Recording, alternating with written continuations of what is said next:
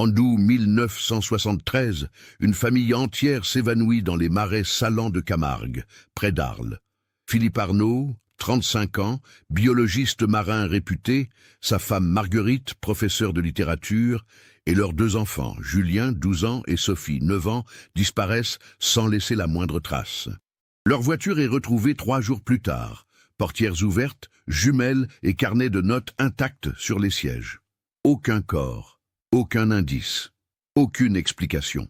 Pendant 36 ans, le mystère ronge la sœur de Philippe, Émilie, qui refuse d'abandonner. Puis, en 2009, un vieil homme agonisant demande à la voir. Henri Lavigne, ancien guide touristique de la Camargue, a quelque chose à confesser. Ce qu'il révèle sur son lit de mort va déchirer le voile d'un des secrets militaires les mieux gardés de France. Que s'est-il réellement passé dans ce désert de sel et de flamants roses? Et pourquoi l'armée française a-t-elle tout fait pour ensevelir la vérité?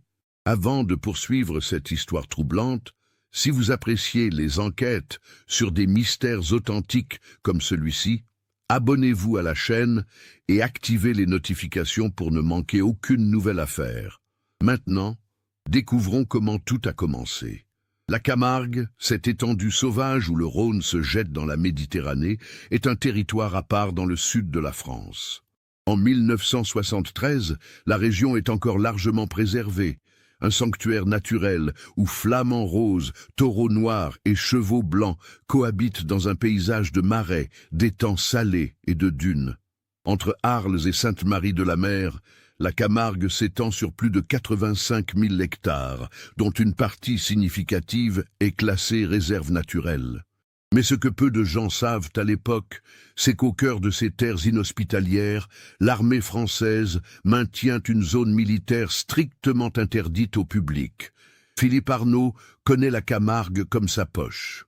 Depuis 1968, ce biologiste marin du Centre national de la recherche scientifique mène des études sur les populations de flamants roses et leur comportement migratoire. Son travail l'a rendu familier avec chaque recoin de cette région hostile. Grand, le visage buriné par le soleil et le vent marin, Philippe possède cette patience infinie propre aux observateurs de la nature. Ses collègues le décrivent comme méticuleux, presque obsessionnel dans sa documentation. Il photographie tout, note tout, cartographie chaque zone qu'il explore. Marguerite, son épouse depuis 15 ans, partage sa passion pour la nature, même si son domaine à elle est la littérature française du XIXe siècle qu'elle enseigne au lycée d'Arles. Femme élégante aux cheveux châtains toujours attachés en chignon, elle accompagne régulièrement son mari lors de ses expéditions, trouvant dans la solitude de la Camargue l'inspiration pour ses propres écrits. Elle tient depuis des années un journal où elle consigne ses observations sur la beauté austère de ces paysages. Leurs enfants, Julien et Sophie, ont grandi entre les salles de classe et les marais. Julien, à 12 ans, manifeste déjà un intérêt pour la photographie et accompagne souvent son père avec un appareil Kodak Instamatic.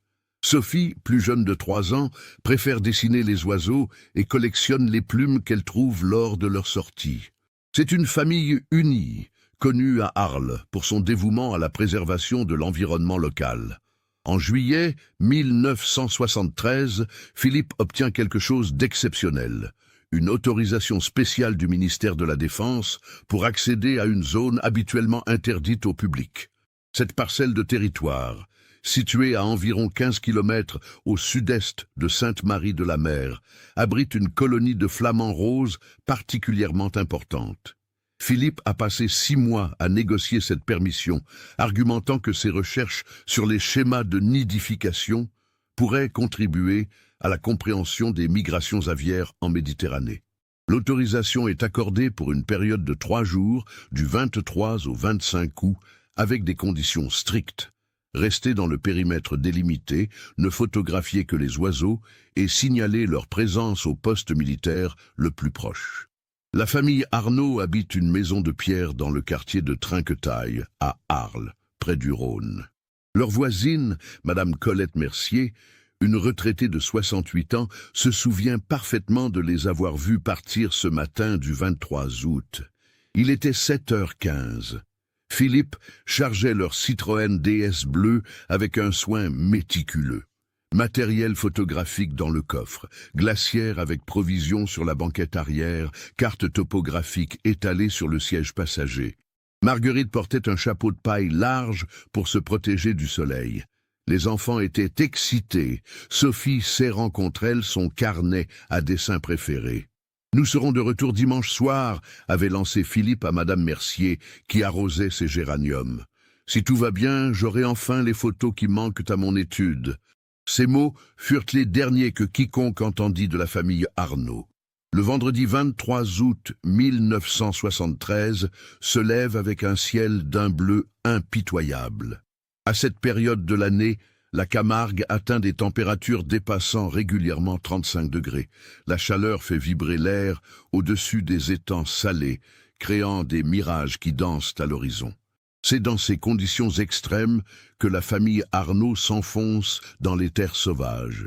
Selon le plan de travail que Philippe a déposé auprès du CNRS, la famille devait établir un campement provisoire près de l'étang du Fangassier, à proximité immédiate de la zone autorisée. Ce plan, retrouvé plus tard dans les archives, indique précisément les coordonnées GPS du site prévu, les horaires d'observation planifiés et même le matériel emporté. Philippe n'était pas homme à improviser. Le poste militaire de la zone, commandé par le capitaine Robert Fontaine, enregistre le passage de la Citroën bleue à 9h42 exactement. Le garde à la barrière, le sergent Luc Barrault, note dans le registre officiel « Famille Arnaud, 4 personnes, autorisation ministérielle numéro 73/1000/328, entrée autorisée, zone Delta 4 pour observation ornithologique. Sortie prévue 25 août avant 18h. » Le sergent Barrault, interrogé des années plus tard, se souviendra de chaque détail de cette rencontre. Philippe lui avait montré l'autorisation officielle, avait confirmé qu'il comprenait les limites de la zone accessible et avait même plaisanté sur le fait que les flamants roses étaient probablement plus dangereux que n'importe quel équipement militaire. Marguerite avait souri poliment. Les enfants regardaient avec fascination les installations militaires visibles au loin. Tout était parfaitement normal. C'est la dernière observation confirmée et documentée de la famille Arnaud vivante. Pendant 3 jours, rien. Le silence. Le dimanche 25 août, 18h arrive et passe. Aucune Citroën bleue ne se présente à la barrière. Le sergent Barrault, suivant le protocole, attend jusqu'à 20h avant d'en informer le capitaine Fontaine.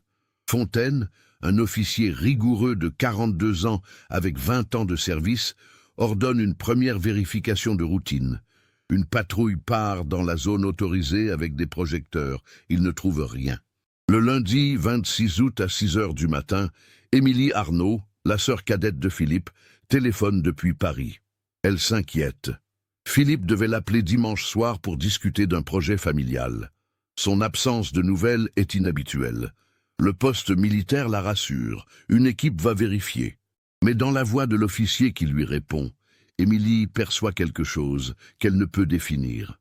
Une hésitation, une gêne. À 9h23, un hélicoptère militaire décolle pour une reconnaissance aérienne.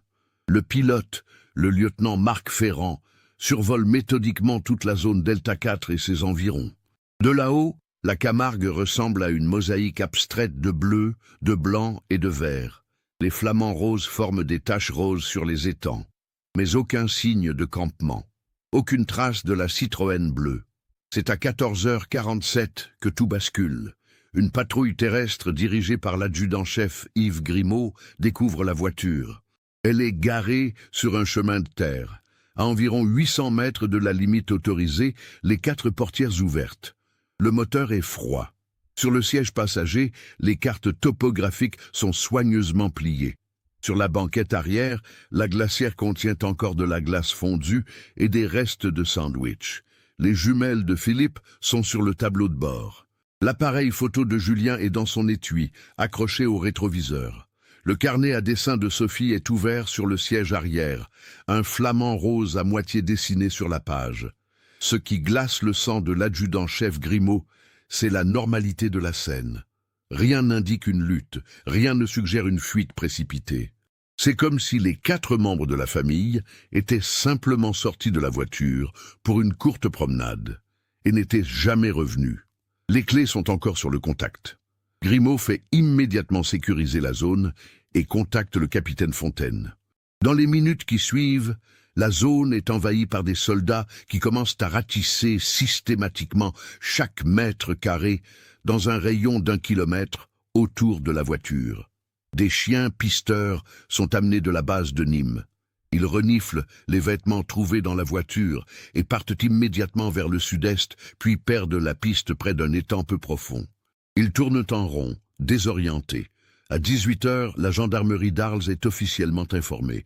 Le commandant Paul Navarro, chef de la brigade locale, se rend immédiatement sur place avec 2 de ses hommes. Mais à leur arrivée, ils se heurtent à une opposition inattendue. Le capitaine Fontaine les informe poliment mais fermement que la zone reste sous juridiction militaire et que l'enquête sera menée en coordination, mais que l'accès à certaines parties du territoire est strictement interdit pour des raisons de sécurité nationale. Navarro, un gendarme de 53 ans avec 30 années d'expérience, sent immédiatement que quelque chose ne tourne pas rond. Mais il est impuissant face à l'autorité militaire. Il doit se contenter d'examiner la voiture et d'interroger les soldats qui ont participé aux recherches initiales. La nuit tombe sur la Camargue.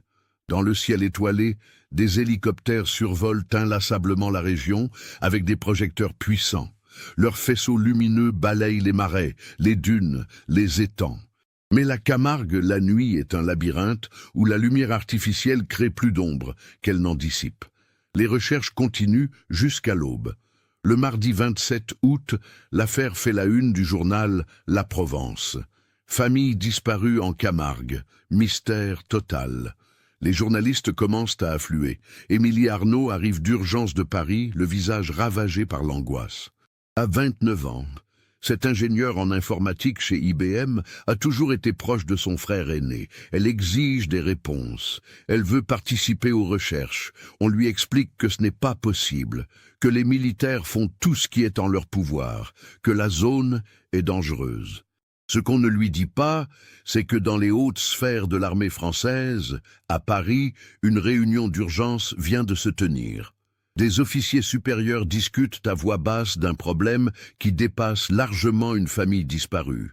Dans la zone où les Arnaud ont disparu, des exercices militaires secrets impliquant du nouveau matériel de l'OTAN devaient avoir lieu, devaient passer, parce que ces exercices ont eu lieu, exactement quand la famille Arnaud était censée être dans la zone autorisée à plusieurs kilomètres de là. Mais quelque chose a terriblement mal tourné. Les semaines qui suivent la disparition se transforment en une torture lente pour Émilie Arnaud et le reste de la famille. Les recherches officielles se poursuivent jusqu'au 15 septembre 1973, mobilisant jusqu'à 200 personnes certains jours. Militaires, gendarmes, pompiers, volontaires. Des plongeurs explorent les étangs profonds. Des spéléologues vérifient les quelques cavités naturelles de la région. Des médiums autoproclamés proposent leurs services, ajoutant au chaos émotionnel. Mais la Camargue garde son secret. La théorie officielle qui émerge progressivement est celle d'un accident tragique dans les zones marécageuses. La Camargue, expliquent les experts, est parsemée de sable mouvant, de boue traîtresse qui peuvent aspirer une personne en quelques minutes. Une famille entière aurait pu s'aventurer au mauvais endroit et disparaître sans laisser de traces. C'est rare, admettent-ils, mais pas impossible. Le fait que la voiture soit restée intacte suggère qu'ils se sont éloignés à pied, peut-être pour observer les oiseaux de plus près. Mais cette explication ne satisfait personne dans la famille. Philippe connaissait la Camargue. Il connaissait les dangers. Jamais il n'aurait emmené sa femme et ses enfants dans une zone dangereuse. Et pourquoi auraient-ils tous les 4 quitté la voiture ensemble, abandonnant leur matériel? Émilie refuse d'accepter. Elle s'installe à Arles, prend un congé sans solde de son travail à Paris. Elle passe ses journées à interroger les habitants locaux, à explorer elle-même la Camargue, à harceler les autorités. Elle rencontre le commandant Navarro presque quotidiennement.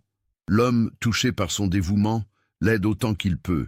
Mais lui aussi se heurte à des murs. Certains dossiers lui sont refusés, certaines zones restent interdites. Chaque fois qu'il s'approche de la vérité, une main invisible semble le repousser. En octobre 1973, un événement étrange se produit. Le dossier d'enquête complet, conservé à la gendarmerie d'Arles, disparaît, tout simplement.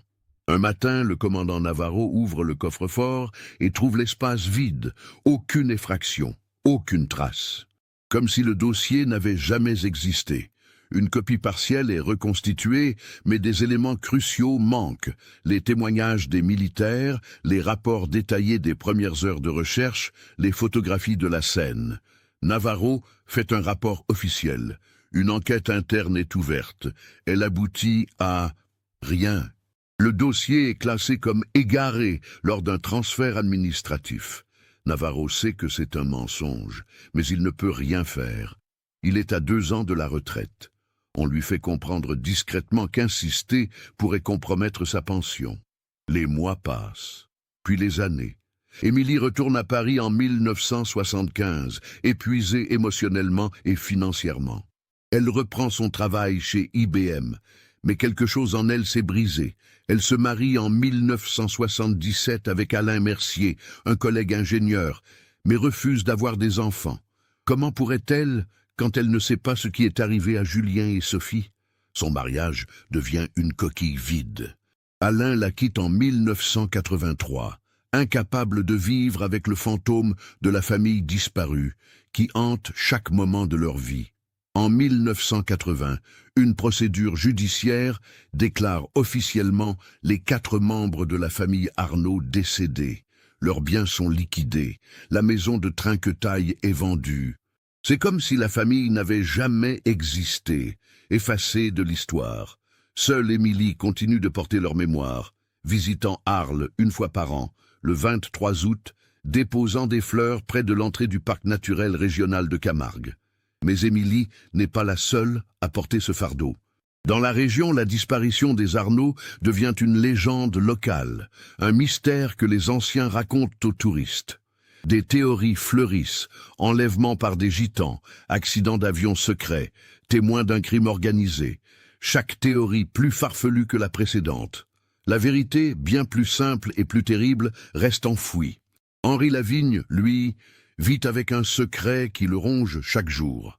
En 1973, cet homme avait 32 ans et travaillait comme guide touristique indépendant dans la Camargue. Grand connaisseur de la faune et de la flore locale, il menait des excursions pour des groupes de naturalistes et de photographes. Sa connaissance intime du territoire lui permettait de naviguer dans des zones que peu osaient explorer. C'était aussi un homme pragmatique qui complétait ses revenus en acceptant des missions occasionnelles pour l'armée. Servir de guide lors d'exercices dans des zones difficiles d'accès. Le 24 août 1973, Henri Lavigne était dans la Camargue pour l'une de ses missions militaires. Ce qu'il a vu ce jour-là change sa vie à jamais. Mais il est contraint au silence par des hommes qui ne plaisantent pas avec la sécurité nationale. Il signe des documents. Il reçoit de l'argent, beaucoup d'argent, suffisamment pour acheter une maison et assurer l'avenir de ses enfants. Mais aucune somme ne peut acheter sa tranquillité d'esprit. Au fil des années, Henri devient un homme taciturne, presque solitaire. Son mariage avec Danielle, sa femme depuis 10 ans, se détériore. Elle sent qu'il lui cache quelque chose de terrible, mais n'arrive jamais à lui faire avouer. Il divorce en 1985. Henri continue son travail de guide, mais évite systématiquement la zone où les Arnaud ont disparu. Quand des touristes demandent à y aller, il refuse, invente des excuses. Certains le trouvent étrange. D'autres respectent simplement son expérience du terrain. Chaque 24 août, Henri Lavigne s'enferme chez lui, boit jusqu'à l'oubli et pleure. Ses voisins à Sainte-Marie-de-la-Mer le connaissent comme cet homme bizarre, qui vit seul, qui parle peu, qui semble porter le poids du monde sur ses épaules. Personne ne sait pourquoi. Les années passent. Les 1980 deviennent les années 1990. Le monde change. L'Union soviétique s'effondre. Internet transforme la société. La Camargue attire de plus en plus de touristes. Mais le mystère de la famille Arnaud reste non résolu, une page sombre dans l'histoire de la région. En 2005, Émilie, maintenant âgée de 61 ans, prend sa retraite d'IBM. Elle décide de consacrer ses dernières années actives à retrouver la vérité. Elle engage un détective privé, Julien Ferrand, un ancien gendarme qui s'est spécialisé dans les affaires non résolues. Ferrand passe 6 mois à réexaminer tout ce qui reste du dossier. Il interroge tous les témoins encore vivants. Mais lui aussi se heurte à un mur. Les documents militaires restent classifiés. Les témoins militaires refusent de parler ou sont décédés. Le capitaine Fontaine est mort d'un cancer en 1999. Le commandant Navarro est décédé en 2002. Les pistes s'effacent avec le temps.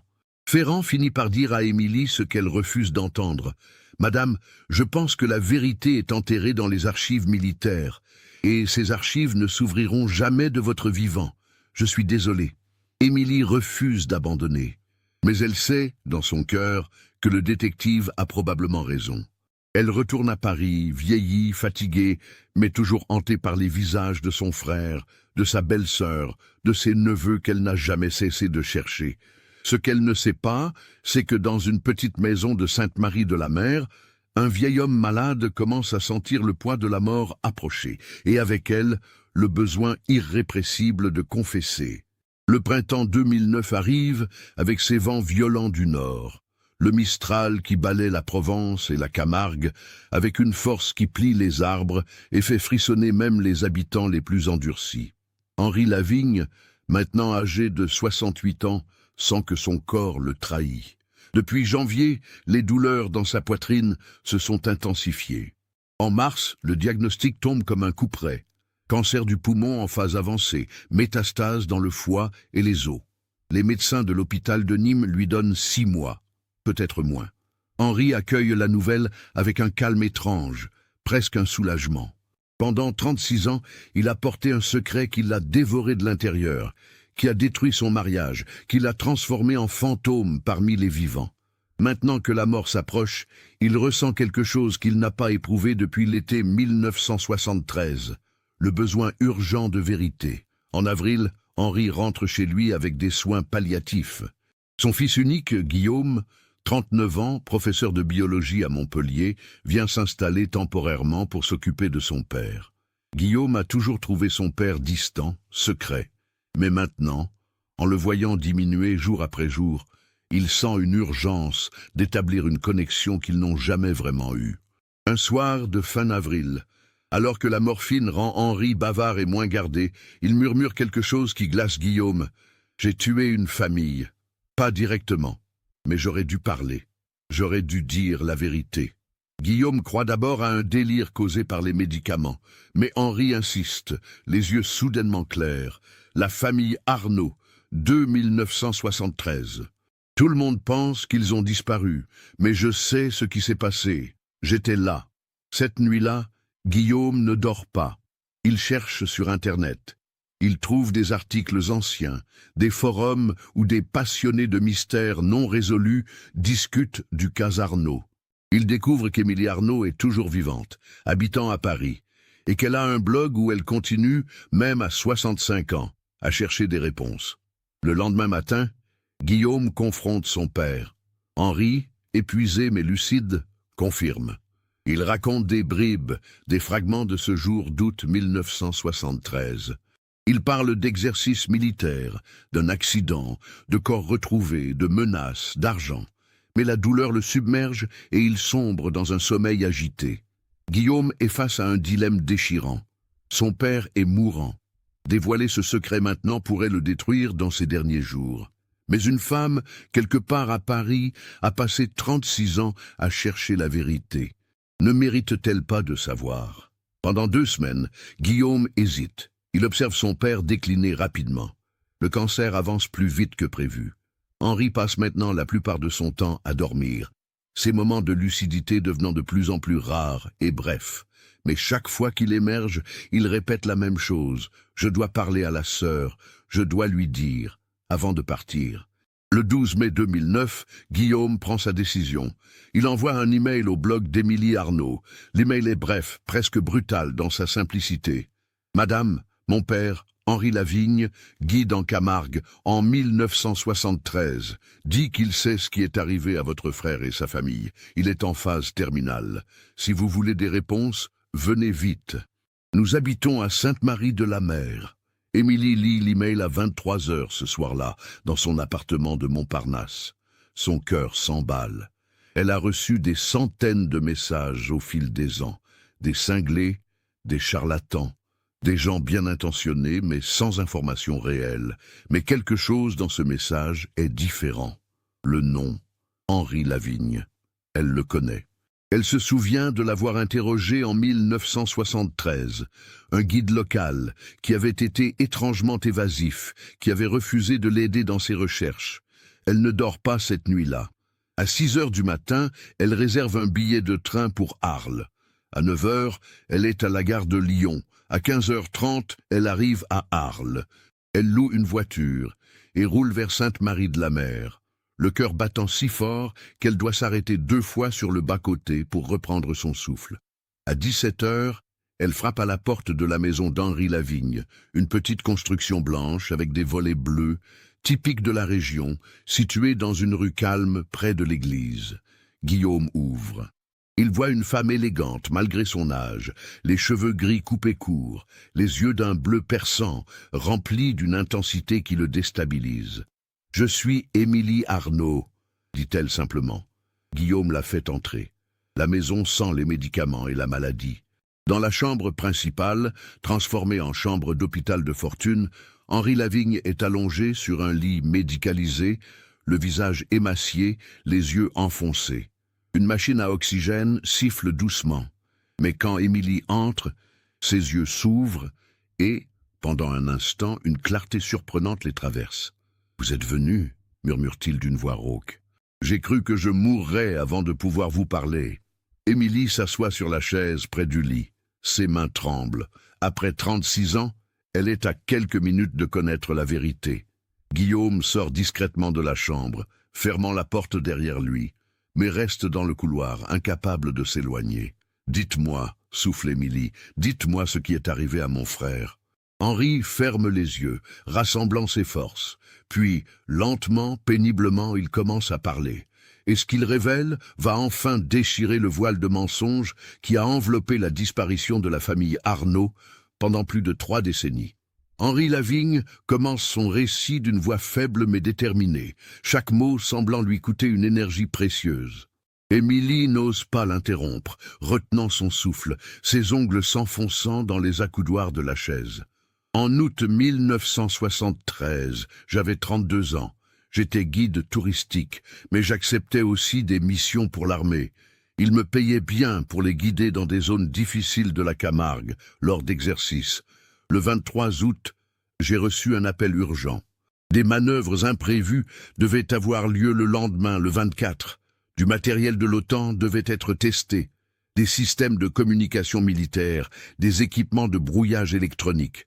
C'était classifié, très secret. Il tousse, grimace de douleur. Émilie lui tend un verre d'eau qu'il boit avec difficulté avant de continuer.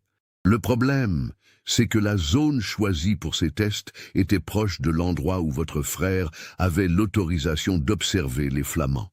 Mais les militaires m'ont assuré que ce ne serait pas un problème.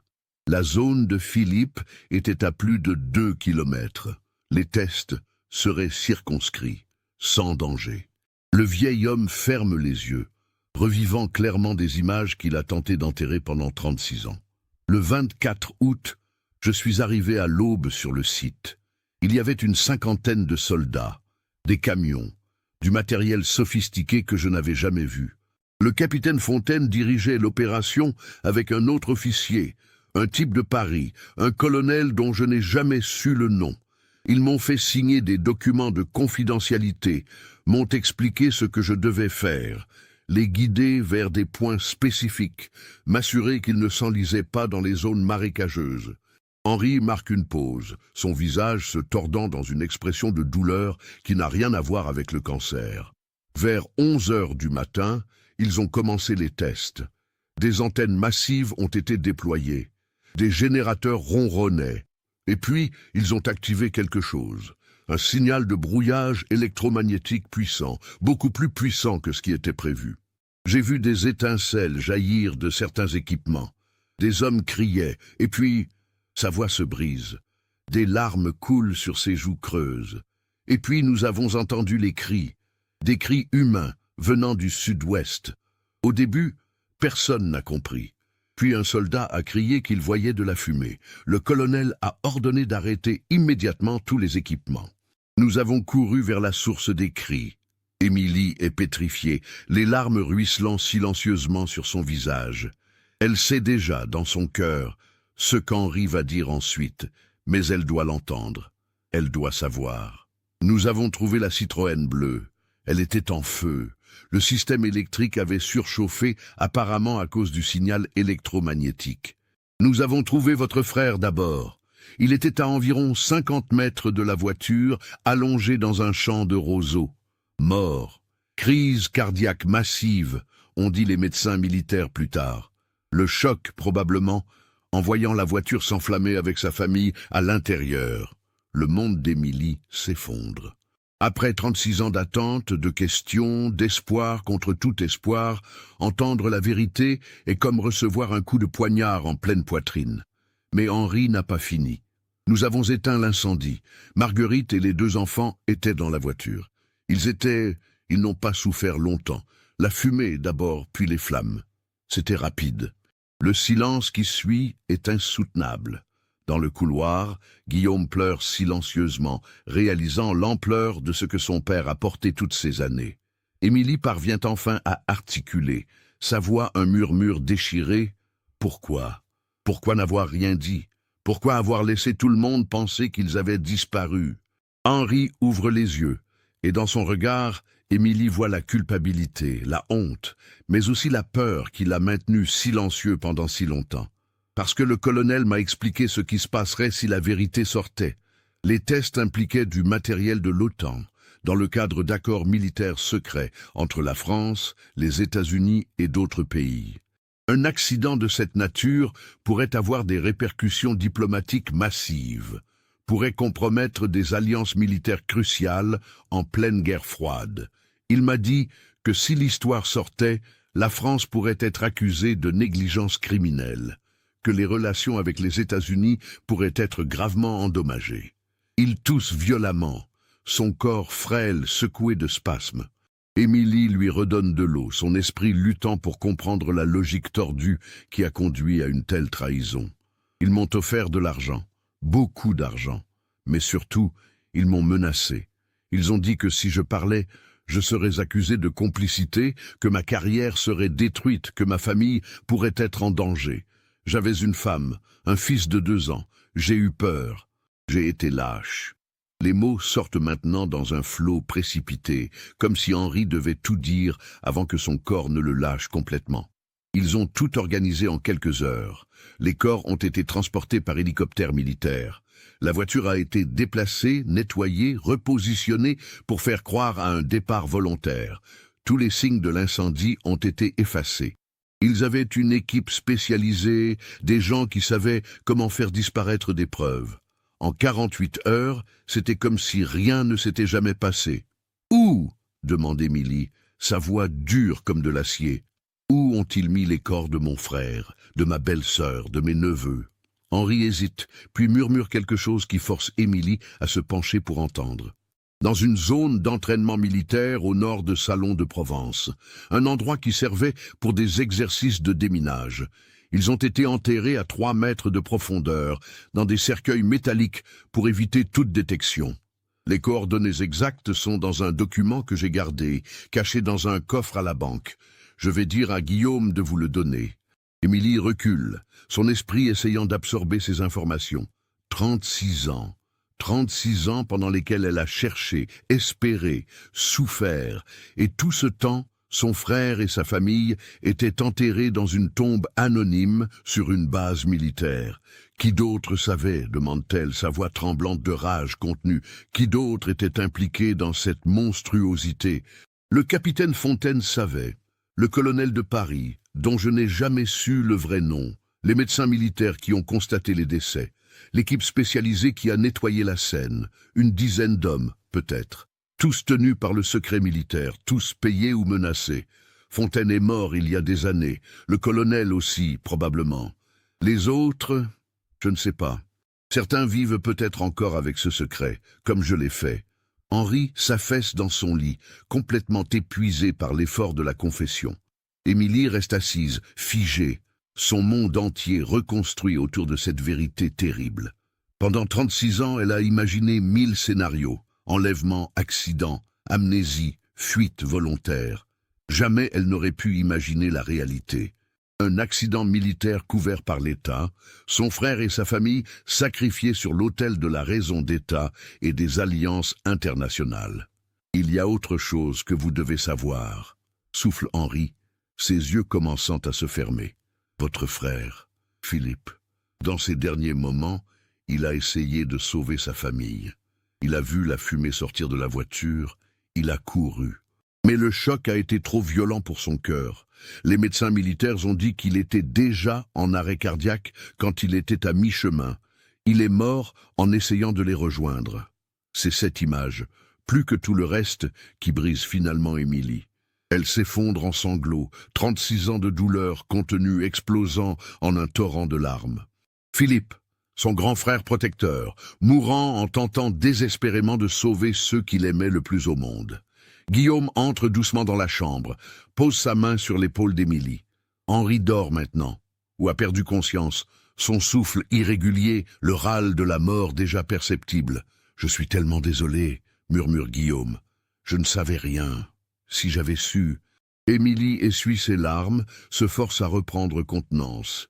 Elle a attendu 36 ans pour ce moment. Elle ne va pas laisser l'émotion l'empêcher de faire ce qu'elle doit faire maintenant. Obtenir justice. Même si cette justice arrive 3 décennies trop tard.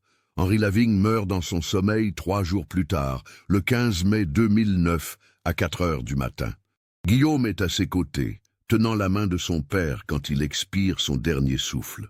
Dans ses derniers moments de lucidité, la veille, Henri a répété à Guillaume où trouver le document avec les coordonnées précises et tous les détails de ce qui s'est passé ce jour d'août 1973. « Donne-le à Émilie », a-t-il murmuré. « Aide-la à obtenir la vérité. C'est tout ce que je peux faire maintenant. » Émilie reste à Sainte-Marie-de-la-Mer ces 3 jours, dans un petit hôtel près de la plage. Elle ne dort presque pas, son esprit tournant en boucle sur la confession d'Henri. Elle oscille entre chagrin, rage et un étrange soulagement. Savoir, enfin. Après tant d'années d'incertitude, de questions sans réponse, elle sait. La vérité est terrible, mais c'est la vérité. Le 16 mai, Guillaume lui remet une enveloppe scellée. À l'intérieur, un document de 8 pages écrite à la main par Henri, daté de mars 2009, quand il a appris qu'il était mourant. Le document détaille tout. Les dates, les heures, les noms qu'il connaît, la description précise de ce qui s'est passé, et surtout les coordonnées GPS exactes où les corps ont été enterrés. Il y a aussi une carte topographique à noter de la zone militaire de Salon de Provence, avec un X marqué à l'encre rouge. Émilie lit le document dans sa chambre d'hôtel, les mains tremblantes. Chaque mot est un coup de poignard, mais aussi une pièce du puzzle, qui se met enfin en place. Henri a tout consigné, même les détails les plus douloureux. Comment Marguerite protégeait ses enfants quand les flammes ont commencé, comment Sophie appelait son père. Comment Julien avait tenté d'ouvrir la portière bloquée. Maintenant, Émilie doit décider quoi faire de ces informations. Elle pourrait aller voir la police, porter plainte. Mais contre qui? Fontaine est mort. Le colonel anonyme est probablement mort aussi. L'armée niera tout en bloc. Elle a un document écrit par un homme mort, sans autre preuve, contre une institution de l'État qui a démontré sa capacité à enterrer la vérité. Elle décide de consulter un avocat. De retour à Paris, elle contacte Maître Claire Dumont, une avocate spécialisée dans les affaires impliquant l'État et réputée pour son acharnement face aux institutions. Dumont, 48 ans, a gagné plusieurs procès retentissants contre l'administration française. Quand Émilie lui présente le cas, l'avocate écoute en silence, son visage devenant de plus en plus grave. « Madame Arnaud, dit finalement Dumont, Ce que vous me décrivez est potentiellement un des plus grands scandales d'État de la Ve République. Mais vous devez comprendre les obstacles. Le document d'Henri Lavigne est un témoignage crucial, mais il provient d'un seul homme, décédé, qui était lui-même impliqué. L'armée invoquera le secret défense. Les documents officiels, s'ils existent encore, sont probablement classifiés pour encore des décennies. Alors quoi ? Demande Émilie sa voix dure. Je laisse tomber, après 36 ans ? Dumont secoue la tête. Non, nous pouvons essayer une approche différente. Nous rendons l'affaire publique, nous contactons la presse. Nous mettons la pression sur l'armée et le gouvernement pour qu'ils ouvrent les archives. Si ce qu'Henri Lavigne a dit est vrai, les corps de votre famille sont dans cette zone militaire. Nous pouvons exiger des fouilles. C'est ainsi que commence une bataille médiatique et juridique qui va durer plus d'1 an. En juin 2009, l'histoire éclate dans Le Monde avec un article de 5 pages. Famille Arnaud. Un guide mourant accuse l'armée d'avoir couvert un accident mortel pendant 36 ans. L'article détaille les accusations d'Henri Lavigne, présente le témoignage d'Émilie et pose des questions dérangeantes sur le pouvoir de l'armée à dissimuler des crimes. La réaction est immédiate et explosive. Le ministère de la Défense publie un communiqué catégorique niant toute implication dans la disparition de la famille Arnaud. Ces accusations sans fondement, basées sur le témoignage d'un seul homme décédé, sont une insulte à l'institution militaire française. Aucune opération militaire n'a causé la mort de civils en Camargue en 1973. Mais d'autres voix se font entendre. Des anciens militaires, protégés par l'anonymat, contactent des journalistes pour confirmer que des tests classifiés avec du matériel de l'OTAN ont bien eu lieu en Camargue à cette époque. Un ancien sergent, aujourd'hui âgé de 82 ans, déclare à la télévision qu'il a entendu des rumeurs à l'époque d'un incident grave qui avait été rapidement étouffé. Les pièces du puzzle commencent à se rejoindre. Guillaume Lavigne, le fils d'Henri, apporte son témoignage. Il décrit comment son père a changé après 1973, devenant distant, alcoolique par période, refusant de parler de son travail. Il portait un secret qui l'a détruit, déclare Guillaume à la télévision, les larmes aux yeux. Il a voulu faire la bonne chose à la fin, même si c'était trop tard. En septembre 2009, sous la pression médiatique croissante, le gouvernement accepte d'ouvrir une enquête parlementaire. Une commission est formée pour examiner les allégations. Émilie témoigne pendant 3 heures devant les parlementaires, présentant tous les documents, toutes les incohérences de l'enquête originale de 1973. Le moment crucial arrive en novembre 2009. La commission obtient l'autorisation exceptionnelle d'accéder à des archives militaires classifiées concernant les opérations en Camargue en 1973. Ce qu'il découvre confirme une partie des accusations d'Henri. Des documents prouvent qu'effectivement des tests avec du matériel de communication de l'OTAN ont eu lieu le 24 août 1973 dans une zone proche de celle où les Arnaud avaient l'autorisation d'être. Plus accablant encore, un rapport interne daté du 27 août 1973, marqué « Top Secret », mentionne un incident technique ayant nécessité des mesures de confinement exceptionnelles pendant les tests. Le rapport ne détaille pas la nature de l'incident, mais sa date coïncide parfaitement avec la disparition des Arnaud. Face à ces révélations, le ministère de la Défense change de ton. En décembre 2009, un nouveau communiqué admet que des opérations militaires ont effectivement eu lieu dans la zone en question à la date mentionnée et que des investigations supplémentaires sont nécessaires pour établir s'il existe un lien avec la tragique disparition de la famille Arnaud.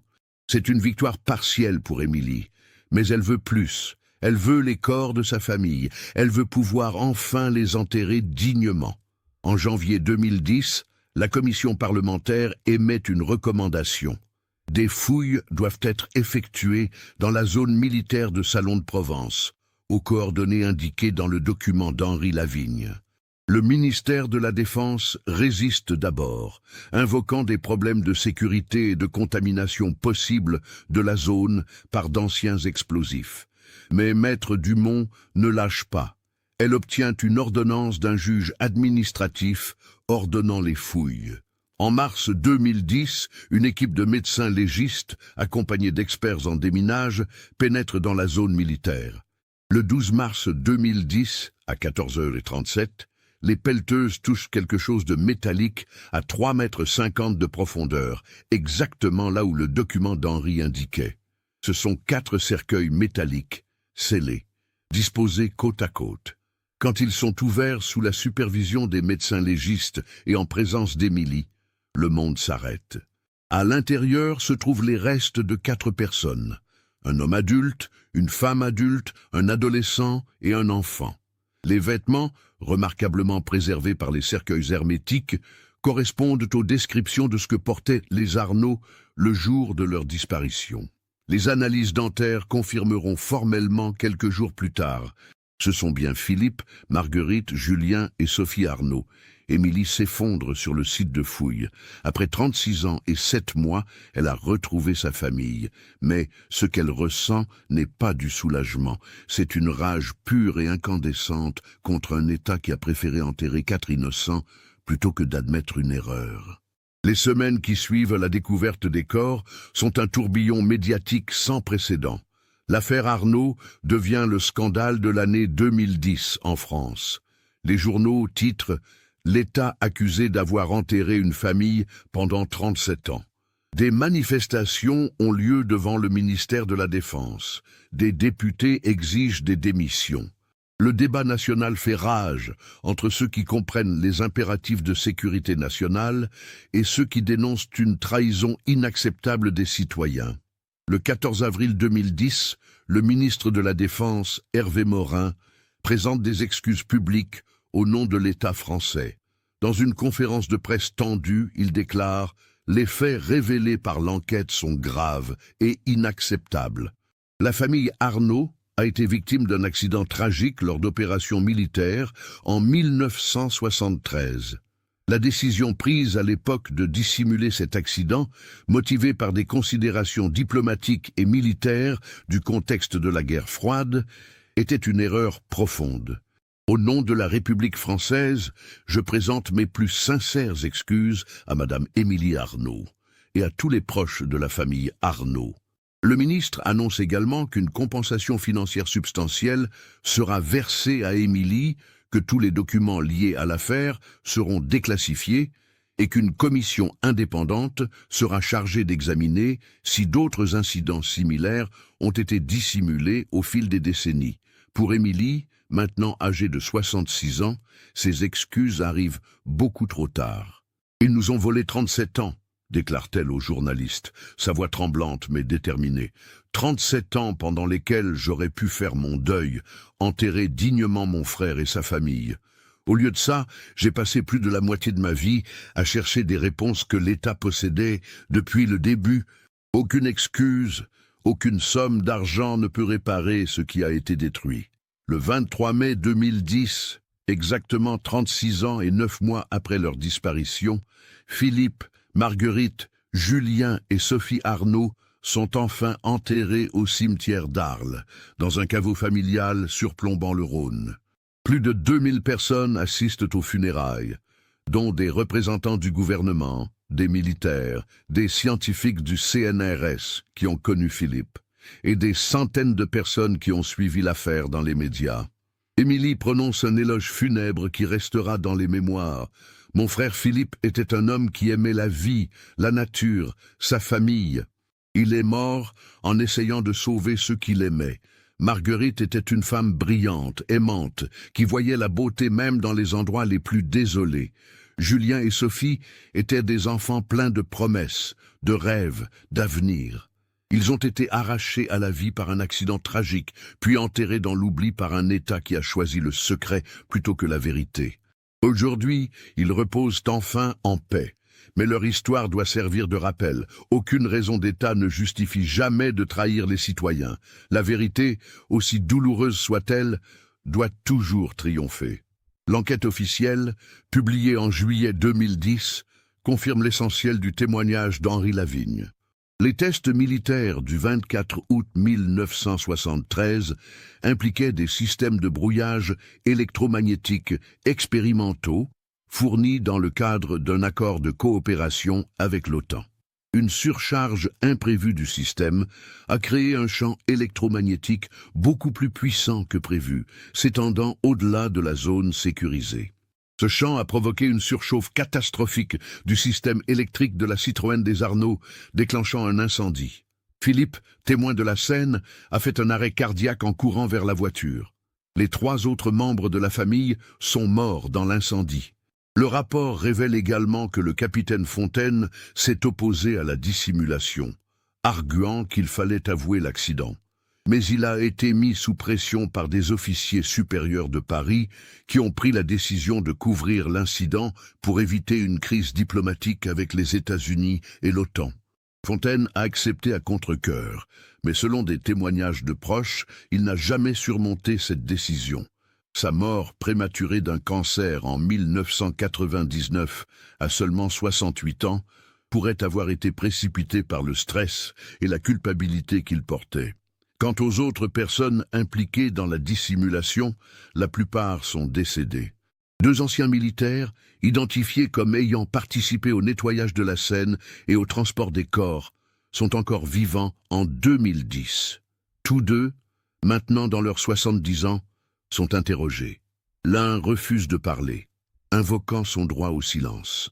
L'autre, Roland Tessier, ancien sergent aujourd'hui retraité à Toulouse, accepte de témoigner. Il confirme tout ce qu'Henri Lavigne a dit, ajoutant des détails glaçants sur l'efficacité professionnelle avec laquelle la Seine a été nettoyée et les corps évacués. « Nous avons exécuté les ordres », dit Tessier, les larmes aux yeux. C'était la guerre froide.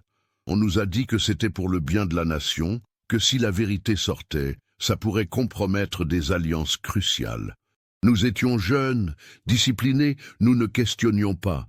Mais j'ai vécu avec ce poids toute ma vie. Chaque fois que je voyais mes propres enfants grandir, je pensais aux 2 gamins morts dans cette voiture. Aucune poursuite pénale n'est engagée contre Tessier ou l'autre militaire encore vivant. Les avocats de l'État argumentent que les délais de prescription sont largement dépassés et que ces hommes ne faisaient qu'obéir aux ordres. Émilie ne s'oppose pas. Elle comprend que les vrais responsables, ceux qui ont pris la décision de dissimuler, sont tous morts ou hors d'atteinte. Guillaume Lavigne, le fils d'Henri, trouve une forme de paix dans le fait que son père a finalement fait la bonne chose. Il a porté ce secret comme une croix pendant 36 ans, dit-il dans une interview télévisée. Il a détruit son mariage, sa relation avec moi, sa santé mentale, mais à la fin, il a trouvé le courage de parler. Je suis fier de lui pour ça, même si j'aurais préféré qu'il le fasse plus tôt. L'affaire Arnaud a des répercussions durables. Le gouvernement français adopte en 2011 de nouvelles règles sur la déclassification des documents militaires et sur la transparence lors d'accidents impliquant des civils. Une loi est votée interdisant explicitement la dissimulation d'accidents causés par des opérations militaires, sauf en cas de guerre active. En 2012, Émilie Arnaud, maintenant âgée de 68 ans, prend sa retraite définitive. Elle vit toujours à Paris, mais passe plusieurs mois par an à Arles, près de la tombe de sa famille. Elle a créé une fondation en mémoire de Philippe, Marguerite, Julien et Sophie, qui finance des recherches en biologie marine et soutient des familles de disparus en France. Elle a aussi écrit un livre, publié en 2013, intitulé « 37 ans de mensonges, l'affaire Arnaud ». Le livre devient un best-seller, racontant non seulement les faits de la disparition et de la découverte, mais aussi l'histoire émotionnelle de sa quête de vérité, les années de doute, de désespoir et finalement de révélation. Dans l'épilogue, elle écrit « On me demande souvent si je regrette d'avoir découvert la vérité, si l'ignorance n'aurait pas été plus douce. Ma réponse est toujours non. La vérité, aussi terrible soit-elle, m'a libéré. J'ai pu enfin faire mon deuil. J'ai pu donner à ma famille la dignité d'une sépulture et d'une mémoire. Et j'ai pu montrer que même contre le pouvoir de l'État, la vérité peut finalement triompher. » Chaque année, le 23 août, Émilie retourne à la Camargue. Elle marche dans les marais salants, observe les flamants roses que Philippe aimait tant, et se souvient. La Camargue n'a pas changé, toujours aussi belle, sauvage et impitoyable. Mais pour Émilie, ces paysages ne sont plus seulement un désert de sel et d'eau. C'est le lieu où sa famille a vécu ses derniers moments et où leur mémoire reste vivante. En 2015, un mémorial est inauguré à l'entrée du parc naturel régional de Camargue, dédié à la famille Arnaud. Il se compose de 4 sculptures de métal représentant des flamants roses en vol, symbolisant la liberté et la beauté que Philippe recherchait dans ses études. Une plaque porte leur nom et les dates de leur vie, suivie d'une inscription simple. À la mémoire de Philippe, Marguerite, Julien et Sophie Arnaud, victimes d'un accident tragique en août 1973. Que la vérité, si longtemps enterrée, serve de leçon aux générations futures. L'histoire de la famille Arnaud reste une cicatrice dans l'histoire française moderne, un rappel sombre d'une époque où la raison d'État primait sur les droits des citoyens. Mais c'est aussi l'histoire d'une femme, Émilie Arnaud, qui a refusé d'abandonner, qui a cherché la vérité pendant près de 4 décennies et qui a finalement obtenu justice pour ceux qu'elle aimait. Et c'est l'histoire d'Henri Lavigne, un homme qui a vécu dans le mensonge et la culpabilité, mais qui a trouvé le courage, dans ses derniers jours, de faire ce qui était juste. Cette affaire nous montre que certains secrets sont trop lourds à porter, que le silence peut détruire autant que les actes eux-mêmes, et que la vérité, même arrivant des décennies trop tard, garde une valeur inestimable. Elle nous rappelle aussi que derrière chaque affaire, chaque dossier classé, chaque mystère non résolu, il y a des êtres humains qui souffrent, qui espèrent, qui méritent la vérité. Qu'en pensez-vous de cette histoire ? Avez-vous perçu les signes tout au long du récit qui pointaient vers la vérité? Selon vous, l'État français aurait-il dû révéler l'accident dès 1973 malgré les implications diplomatiques? Partagez vos réflexions dans les commentaires. Si ce type d'enquête approfondie vous intéresse, n'oubliez pas de vous abonner à la chaîne et d'activer les notifications. Laissez un like si cette histoire vous a marqué et partagez-la avec quelqu'un qui s'intéresse aussi à ces affaires troublantes de l'histoire récente.